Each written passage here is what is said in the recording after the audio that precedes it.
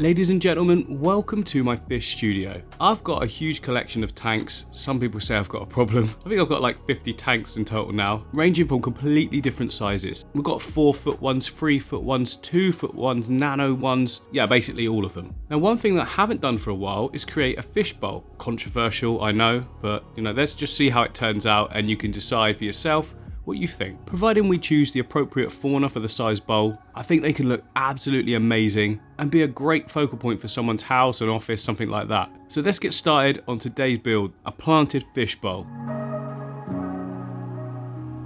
So I found this really cool looking light/base on Amazon. I'll leave a link down below for it. And I thought, you know what, let's give it a go. It's not really expensive. I know it's not going to be massively high powered, but that's not really what you want in the type of bowl we're creating. Not going to have a filter in this bowl. Well, they will do, the plants. The plants are nature's filter and they work brilliantly. But if you're going to hammer it with a load of light, you will get algae. So I reckon this will be just about right.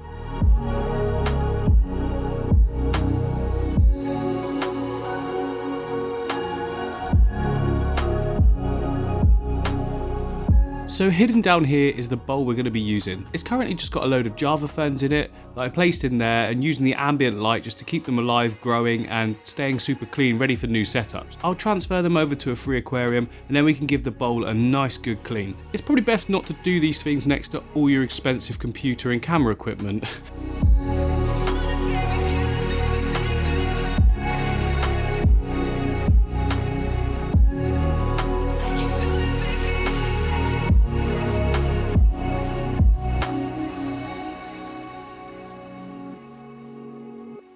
So I'm not doing anything new here, guys. I mean, I've done this myself before quite a few times actually, so have many other YouTubers, but the process is really fun. I enjoy doing it and hopefully you enjoy watching it as well. Nothing really complicated about it, it's just fun. I've probably tried it about 5 times total. 3 to 4 of those worked, one of them really didn't work, but it was my own fault. Basically, I messed up with the nutrient process, way too much in there, but we're not gonna do that today. So the first thing we wanna do is add in our nutrients to the base of the aquarium, or bowlquarium. Is that a thing? I don't know.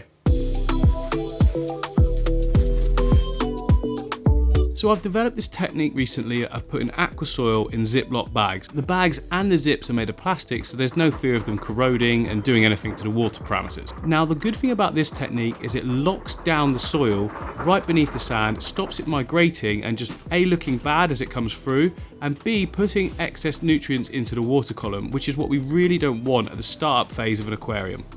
Or bowlquarium. Yeah, I should definitely stop saying that. That's not catching on, is it?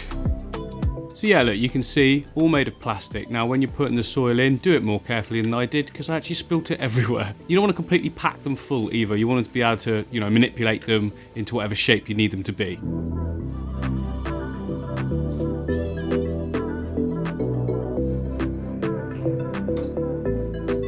And then once you've got enough soil in, put them right at the base of the aquarium. I then only had a small gap at the front, so I just did a half bag instead.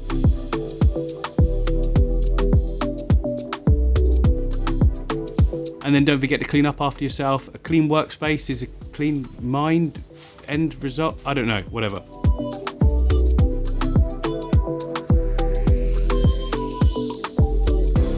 I then decided to cap the top of it with some gravel. This will fill in any voids and stop any sand compacting deep down. And here comes the unnecessary slow-mos of gravel falling.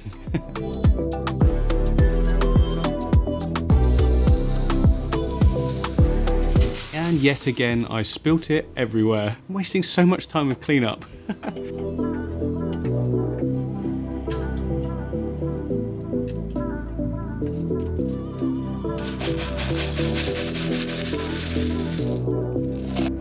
Next up, you want to push the sand around so it gets it to how you want it. So we're building it up a little bit taller at the back, and that gives us a better perception of depth. And after that, it's just as simple as pouring the sand on top. Now this is basically pool filter sand, which is quartz based, real simple, inert, it's just perfect stuff.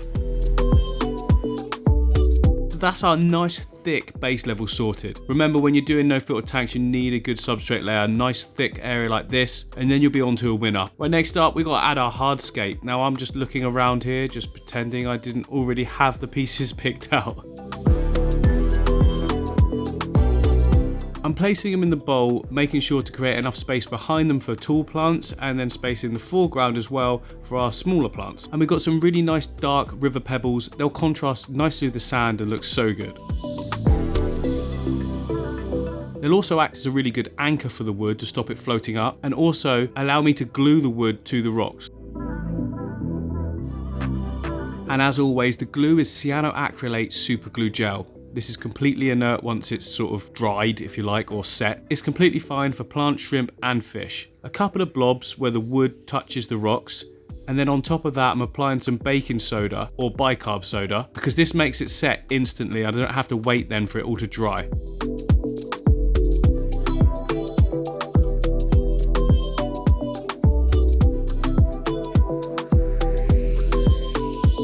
Finish up with a quick misting because the water really does harden everything, and our hardscape is set. So that is it as far as hardscape goes. Like I said, keep it simple so it allows more room for planting. And obviously we've got a big substrate system in there, but for these type of setups, you do need it. It's going to house a lot of our biological filtration. So I've got an absolute ton of plants to choose from. Not only have I got previous tanks that I've set up like this one, and also I've got this one and, well, loads of others. Down here I've also got a dedicated plant storage tank and also an Amano Shrimp sort of holding area. So we've got a lot of Amanos in here. I've just fed them so you can see most of them should be holding a little piece of food. And he says that and no others are to be seen. Oh, there's one. Hello buddy. Yes, there's some nice plants in here. I think that's some hair grass, isn't it? No, it's not. Oh, whoa! Look at you munching away. So we've got some nice Blixia japonica I can see there. We've got a really nice crypt there. Which one's that? I think that's a Wenti. And then we've got some really good boosters here that I've stuck on some rocks in the foreground. They'll go nicely as well.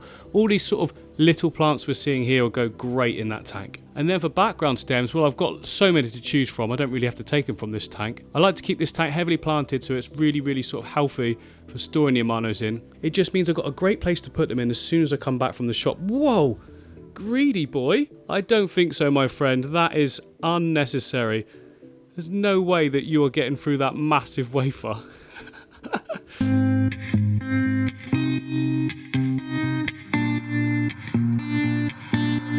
So let's start the planting with some Cryptocriney species. This first one is Cryptocriney Wenti. It's a good looking crypt that can actually grow quite large if you leave it to its own devices.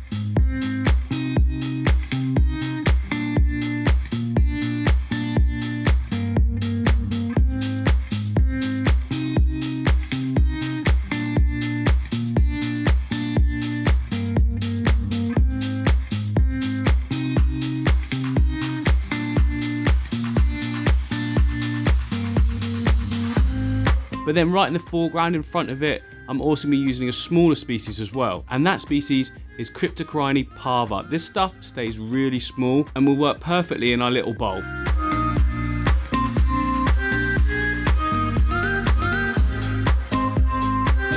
Now, one of the good things about crypts is that you can actually split them so you can propagate and send them to different parts of the tank. You don't have to keep it all as one big cluster of plant. Sometimes it's good to keep it together though, like if it's a big aquascape then it makes sense just to buy lots of plants like that. But in smaller scapes you can buy like one pot and just split it up, especially for a bowl this size.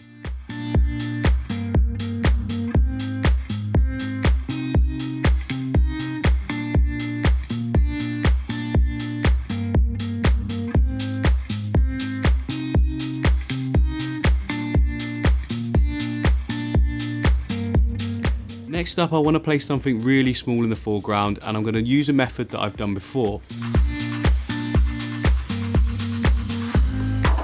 Basically what you want to do is take a small little pebble, something like quite flat, put some cyanoacrylate dabs all over it, and then I've got some mosses and some pearlweeds sort of intertwined together. You can then press this onto the rock, not too hard though because the glue will sort of push through. If you just do it gently, it will stay stuck, but you won't see any of the glue.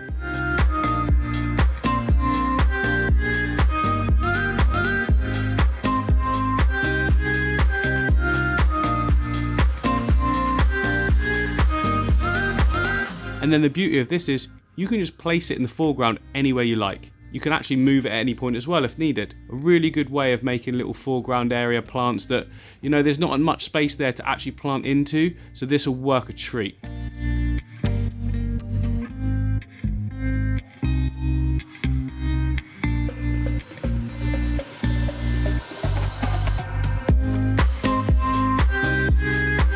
And then a final little plant for the foreground. I'm using Belixa japonica here. Now it doesn't look like much at the moment, but this plant looks so good when it grows in. Big bushy growth it creates. It should look good in that central area.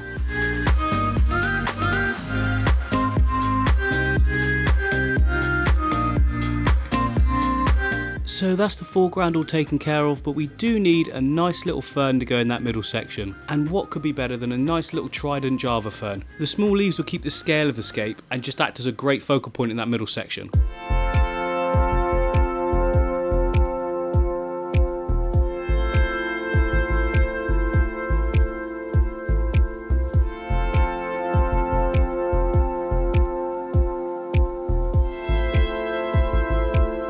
Okay, that's all the foreground plants done, looking great. At this stage I like to fill the whole tank up so we can plant the stem plants. It's personal preference, I just like to fill a tank up when I'm planting stems.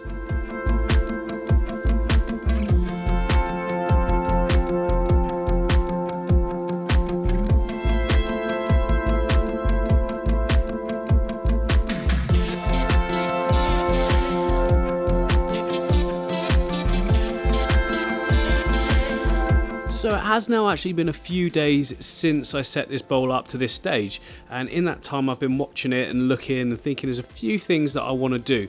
First of all, I'm going to take out some of the stones with the mosses and Monte Carlo and all that in the foreground. I'm going to take them out and just remove a little bit of that sand. I just want it to slope down a little bit more. It's really hard to tell how it's going to sit until you get the water in, really, because it does that sort of, I don't know, that sort of ball look. Do you know what I mean? Also, another thing I want to do, I want to take some of these leaves off, or even just find a smaller Java fern. No, I think I'll just take some off because they're quite big. They're taking up a lot of space and they're, you know, spoiling what could be the view of the background plants, the stem plants. So just keep it small. Otherwise, if we start like this, it's just going to be massive the whole time, isn't it? So first of all, I just need to remove the stones, and then I'll probably just siphon out some of the sand just to bring that level down lower.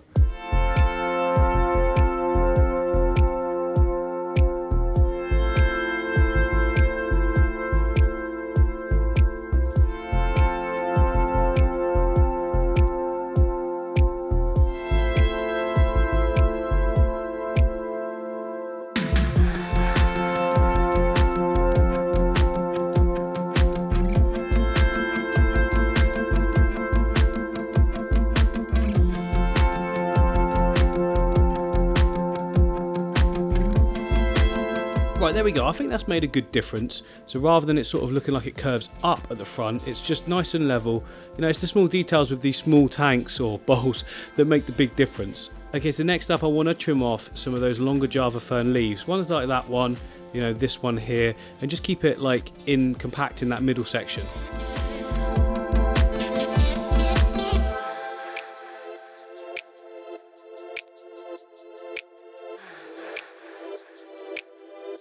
Okay, yeah, that's cool. Just those two there. I was going to do more, but nah. That side looks good. I just keep it as it is.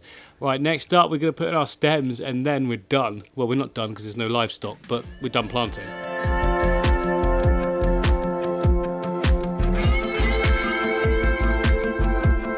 So because of the tight space, I'm using a plant weight for all the stem plants. This is so easy, just push them through, and then they can just sit on top of the substrate, and the roots will find their way into the nutrient layer.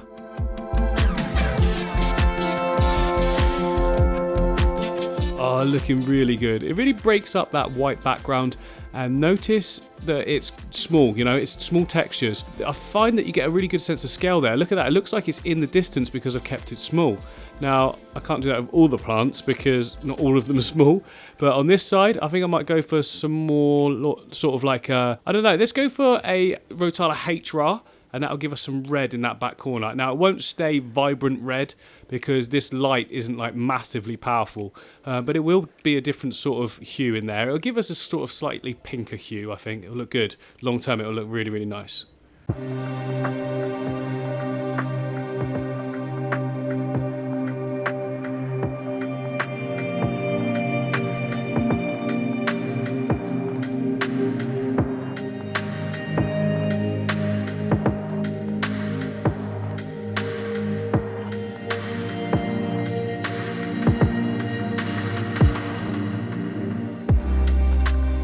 tank's really starting to come together now, but I just feel we need a little bit more red in the foreground to complement that background red.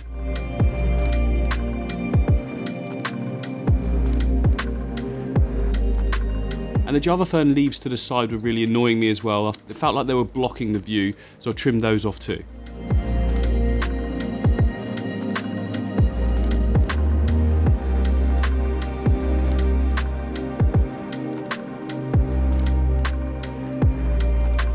I then noticed this big gap in the side and decided to fill it with some Limnophilia. Now this grows really nicely compact under high lighting. It gets a bit leggy if you don't trim it regularly, but we're going to keep on top of it, so that's not an issue. Okay, there we go, we're nearly there. How cool does it look? It looks real deep because you've got those stems like in the background there, and then you've got the punchy sort of central Java Fern, just really giving you some scale. The one thing that's really bothering me in there, look at that, that's where we glued the rock to the wood. I'm going to cover that up with some moss and then we can put some fish in. Yes, fish, hear me out. Please don't break internet, it will be fine.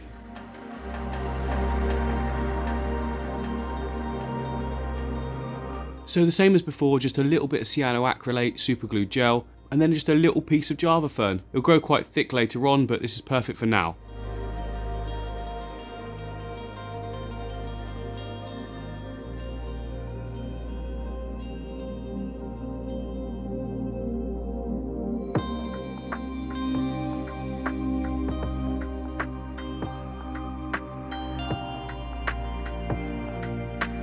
Right, the bowl's looking awesome. It's now time to add the fish. Now, fish in bowls can be a controversial sort of topic. Sometimes online people go nuts at it. I've done it before with great success. I've had rice fish in this same bowl. I think I had about 8 of them. They were laying eggs. They didn't produce any babies because they were obviously eating the young as they were hatching. But really good. They swim around in circles. It's not like in a box where they go forward, stop in a small box and then come back again. They seem to really like and interact with their surroundings inside the bowl and don't seem affected at all by what's outside of it. Now, the reason I think bowls get a bad rep for fish is because goldfish, like traditionally you'd go to the fair or something and you'd win a goldfish and there'd be a bowl as well they'd be selling to you. You put it in that and inevitably the goldfish will die. Or some people have it so they don't, which is absolutely astounding because it's just a bit of gravel and some water. Anyway, I digress. I'm putting some small fish in here. I don't see a problem with it. Some people do. If you do, don't do it. If you don't, do it. Whatever you feel is morally correct. For me, it's fine. Like I say, I've done it before with great success.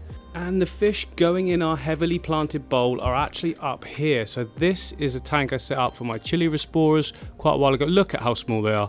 Absolutely tiny. And the volume of water in here is pretty much about the same given the amount of rocks and everything we've got in there as the bowl, so it's all good. Oh, don't worry about this one. I've actually got a thriving little colony of baby shrimp going here that I don't want to disturb for the time being. But yeah, anyway, this whole thing is coming down, you see, this whole back rack section behind where I do all my editing and that. So I'm going to be putting another 4-foot tank in there at some stage in the near future for awesome tank I've got coming up. Oh, I can't wait to do it. I can't talk too much about it because it's going to be so good. Anyway, let's catch the Rasbora and put them in.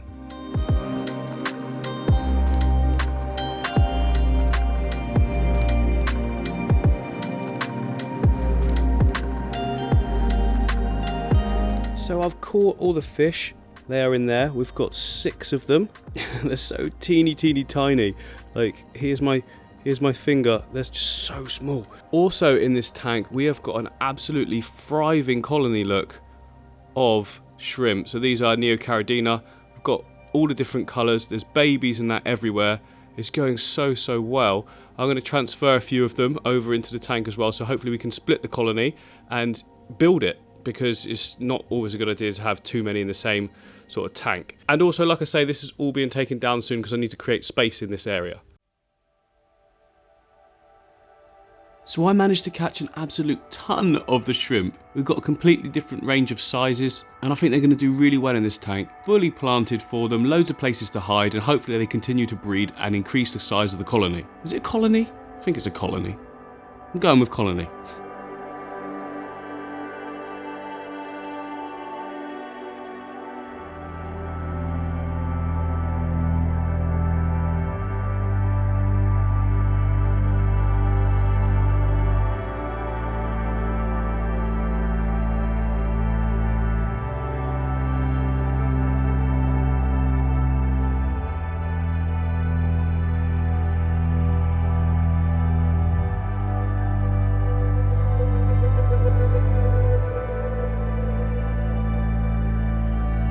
So now that we've got our fish and shrimp in, it's also time to add beneficial bacteria.